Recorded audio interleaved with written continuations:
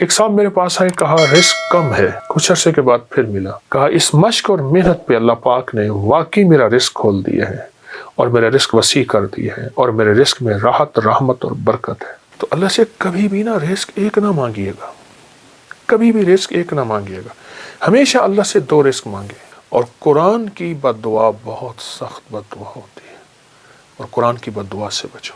ہمیں دنیا کی کائنات کے خزانے مل گئے، رزق روحانی نہ ملا، ہم کنگلے ہیں، ہم یتیم ہیں، ہم مسکین ہیں، ہم مفلس ہیں، ہم در بدر ہیں، ہم فٹ پاتیے ہیں، ہمارے پاس کچھ نہیں ہے، اور ہمیں رزق روحانی مل گیا تو انشاءاللہ ہم کامیاب ہیں۔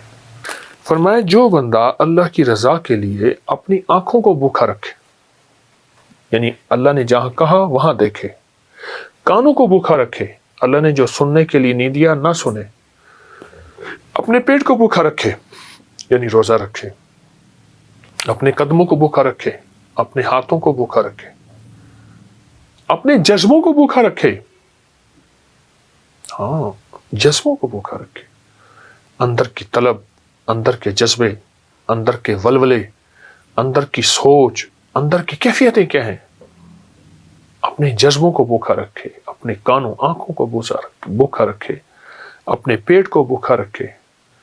میں اللہ پاک خوش ہو کے کہتے ہیں میرے بندے، میں تیری نسلوں کو فقر سے بچاؤں گا، غربت سے بچاؤں گا، تنگ دستی سے بچاؤں گا، ساری دنیا میں زمین تانبے کی بن جائے، سورج سوا نیزے پہ آ جائے، اگنے اگانے کے لیے کوئی چیز نہ ہو، پر میرے بندے تجھے میں بھوکا نہیں رکھوں گا اور تیری نسلوں کو بھوکا نہیں رکھوں گا، اور غیب کے خزانے سے انہیں کھلاؤں گا، اور غیب کے خزانے سے انہیں پلاؤں گا، اور غیب کے خزانے سے ان کو کھلا پلا کے تجھے بتاؤں گا کہ میں ایسے کھلاتا ہوں اور میں ایسے پلاتا ہوں۔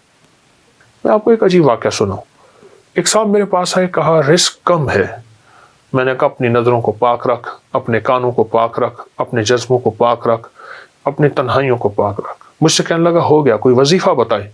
میں نے کہا یہ بہت بڑا وظیفہ ہے، اور اس میں مشق کرنی پڑتی ہے، اور اس میں محنت کرنی پڑتی ہے، اس میں بہت سارا کچھ جو ہے وہ نچھاور کرنا پڑتا ہے، اور بہت سی چیزیں چھوڑنی پڑتی ہیں اس ایک چیز کو حاصل کرنے کے لیے۔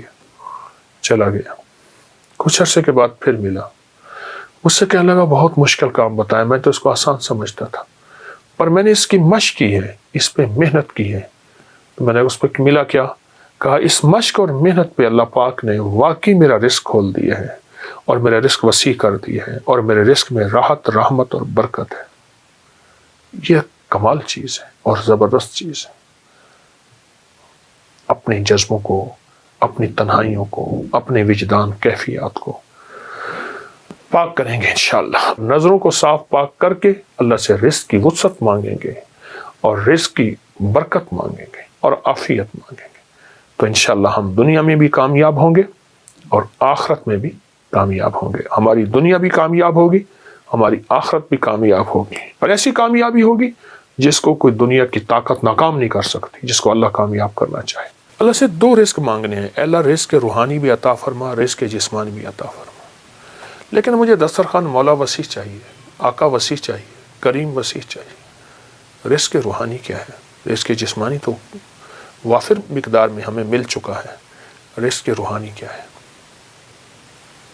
یہ تسبیح، یہ ذکر، یہ اعمال، یہ تلاوت، یہ گناہوں سے بچنا، اس کی نافرمانی سے بچنا، کملی والے پہ درود و سلام، اور حضور کے آل و اصحاب سے محبت، یہ اولیاء کا ادب، یہ سارا رزق روحانی ہے۔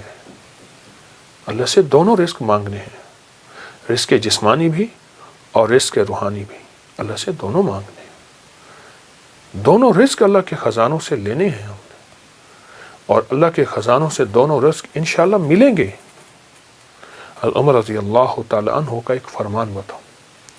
آپ کا فرمان ہے، مجھے اس بات کا فکر نہیں کہ دعا قبول ہوتی ہے یا نہیں، مجھے تو اس بات کا فکر ہے میں کتنا وقت دعاؤں میں لگاتا ہوں، کتنا وقت دعاؤں میں لگاتا ہوں۔ اچھا، ہاتھ اٹھا کے دعا مانگنا ایک بہت بڑا عمل ہے۔ کچھ دعائیں ایسی ہوتی ہیں جو اللہ اور بندے کے درمیان ہیں، اور وہ دل کے اندر سے نکل رہی ہوتی ہیں، اور دل کی گہرائیوں سے نکل رہی ہوتی ہیں، وہ اندر کی کیفیتوں سے نکل رہی ہوتی ہیں، وہ اندر کے وجدان سے نکل رہی ہوتی ہیں۔ کچھ دعائیں ایسی ہوتی ہیں، کچھ دعائیں ایسی ہوتی ہیں، ہاں وہ دعائیں مانگیں، وہ دعائیں اللہ کے خزانوں سے ہم لینے والے بن جائیں۔ تو اللہ سے کبھی بھی نہ رزق ایک نہ مانگیے گا، کبھی بھی رزق ایک نہ مانگیے گا، ہمیشہ اللہ سے دو رزق مانگے، رزق روحانی اور رزق جسمانی۔ روحانی رزق آج تک نہیں سنا، وہ یہ ہے اچھا ہمارے گھر میں روحانی دسترخوان لگتا ہے، جسمانی دسترخوان تو لگتا ہے، ٹیبل پہ نیچے کہیں دسترخوان پہ لگتا ہے، کیا روحانی دسترخوان بھی لگتا ہے؟ اس کو سوچیں۔ اگر روحانی دسترخوان نہیں لگتا تو آج کے بعد روحانی دسترخوان لگائیں۔ تلاوت روز ایک پارہ پڑھ لیں، نہیں پڑھ سکتے ایک پاؤ پڑھ لیں، نہیں پڑھ سکتے ایک ورق پڑھ لیں، قرآن کی زیارت کریں۔ میں ایک مری میں ایک جگہ جانا ہوا تو وہاں انہوں نے کہا ہمارے گھر میں کسی نے جادو کیا ہوا ہے، ہمارے گھر میں مشکلات ہیں، مسائل ہیں، الجھنیں ہیں، ناکامیاں ہیں، پریشانیاں ہیں، بہت زیادہ پریشانیاں تھیں۔ تو اللہ پاک نے دل میں ڈالا، کشف وغیرہ کے دعوے تو کر نہیں سکتا۔ میں نے کہا آپ کے گھر میں قرآن کی بد دعا ہے، اور پھر میں نے انہیں ایک واقعہ سنایا۔ ایک بہت بڑے درویش تھے، وہ ہر سال ایک جگہ جاتے تھے، چند دن وہاں گزارتے، لوگوں کو اللہ اللہ سکھاتے۔ تو انہوں نے کہا حضرت ہمارے ہاں قریب ایک گاؤں ہے، بستی ہے، ان کے لوگ بہت پریشان ہیں، آپ وہاں بھی تشریف لے جائیں۔ وہاں گئے تو واقعی پریشان تھے لوگ، گھروں میں بیماریاں، جھگڑے، طلاقیں، تکلیفیں، مشکلات، بندشیں، مسائل رزق کے، گھر کے، اولاد کے، بہت پریشان۔ حضرت نے وہاں پہنچے تو غور سے سارے نظام پہ توجہ فرمائی، دیکھا۔ آپ نے فرمایا تمہارے گھروں میں قرآن کی سسکیاں سن رہا ہوں اور قرآن کی بد دعائیں سن رہا ہوں، اور قرآن کی بد دعا بہت سخت بد دعا ہوتی ہے، اور قرآن کی بد دعا سے بچو۔ حیران ہو گئے کہ قرآن بد دعا دیتا ہے؟ فرمایا قرآن کی سسکیاں بھی ہوتی ہیں، قرآن کی بد دعائیں بھی ہوتی ہیں، اس سے بچو۔ ان پڑھ ہو، نہیں پڑھ سکتے، قرآن پاک اٹھاؤ، چومو، اور باوضو اور اس کی ہر سطر پہ پہلا کلمہ پڑھتے جاؤ، ہر سطر پہ پہلا کلمہ پڑھتے جاؤ۔ اور اگر پڑھے ہوئے ہو، ایک پارہ پڑھ لو، آدھا پارہ پڑھ لو، ایک پاؤ پڑھ لو، تھوڑا پڑھ لو، زیادہ پڑھ لو۔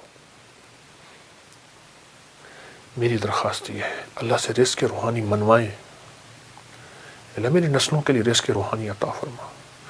ہمیں دنیا کی کائنات کے خزانے مل گئے، رزق روحانی نہ ملا، ہم کنگلے ہیں، ہم یتیم ہیں، ہم مسکین ہیں، ہم مفلس ہیں، ہم در بدر ہیں، ہم فٹ پاتیے ہیں، ہمارے پاس کچھ نہیں ہے، اور ہمیں رزق روحانی مل گیا تو انشاءاللہ ہم کامیاب ہیں۔